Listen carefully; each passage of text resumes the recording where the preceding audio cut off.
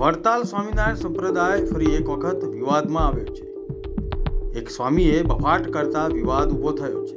વડતાલના સ્વામી જ્ઞાનપ્રકાશ સુરતના અમરોલી ખાતે એક સત્સંગ દરમિયાન જલારામ બાપા વિશે વિવાદાસ્પદ ટિપ્પણી કરી હતી અને તેને કારણે વિવાદ વધુ વકર્યો છે। બાઇટ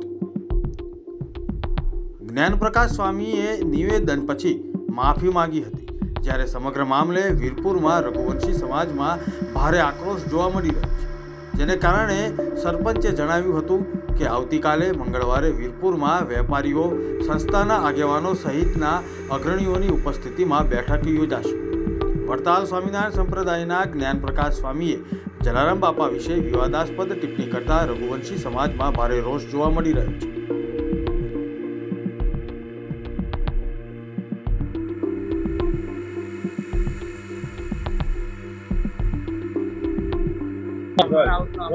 રમેશભાઈ, જ્ઞાનપ્રકાશ નામના સ્વામી છે, એમને એક નિવેદન કર્યું જલારામ બાપાને ગુણાતીત સ્વામી છે, એમના આશીર્વાદ હતા ને એમના આશીર્વાદથી અંશેશ્વર થાય છે। ખરેખર આ વાતમાં કેટલું સત્ય ને શું કહેશો? જ્ઞાનપ્રકાશ સ્વામી જે વાત કરી એમાં ઇતિહાસ નથી, એ વહિયાત વાતો છે।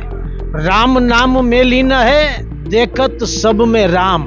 જલારામ બાપા રામ ભગવાનની પૂજા કરતા હતા અને અમરેલી પાસે આવેલા ફતેપુર ગામના સંત શિરોમણી ભોજલરામ બાપાની પ્રેરણા અને ભગવાન રામના આશીર્વાદથી આ સદાવ્રત ચાલુ થયું છે।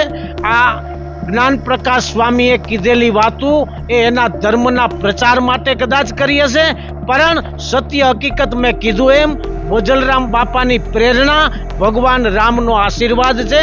એટલે લોકોને ગેરમાર્ગ દોરવાની જે વાત સ્વામીશ્રીએ કરી છે એના શબ્દો પાછા ખેંચાવા જોઈએ।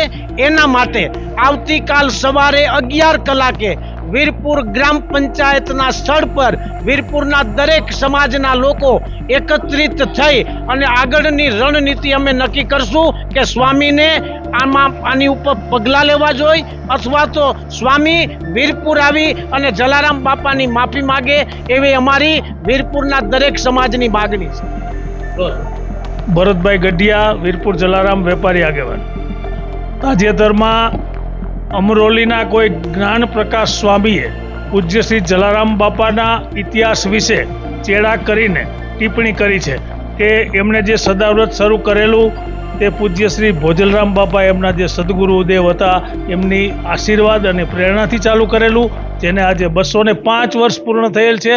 એ લોકોએ એવી વાત સ્વામીએ કરી છે કે ગુણાતીતાનંદ સ્વામી નામના કોઈ સ્વામિનારાયણ સંતે આ સદાવ્રત શરૂ કરેલું, જે માટે મંદિરના સંચાલકો ભરતભાઈ ચાંદ્રાણીએ પણ પોતાનું નિવેદન વ્યક્ત કર્યું છે।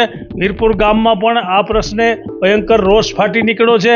એ માટે આગામી રણનીતિ નક્કી કરવા માટે સવારે 11 વાગે ગ્રામ પંચાયત ઓફિસમાં વીરપુરના તમામ સમાજના આગેવાનો અને પ્રતિષ્ઠિત વ્યક્તિઓ, વેપારીઓ નિર્ણય લીધો છે અને આગામી રણનીતિ અમે સૌ નક્કી કરીશું કે હવે શું કરવું।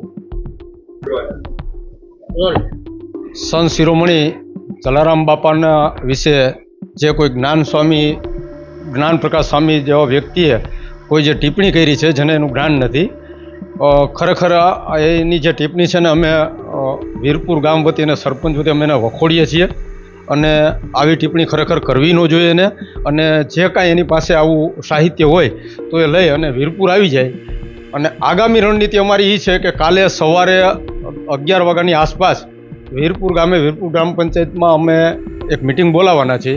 એની અંદર તમામ સંસ્થાના આગેવાનો અને અગ્રણીઓ બધા ભેગા થઈ અને આગળની રણનીતિમાં જે કાંઈ કાર્ય નક્કી કરશું એ પ્રમાણે અમે આગળ વધશું।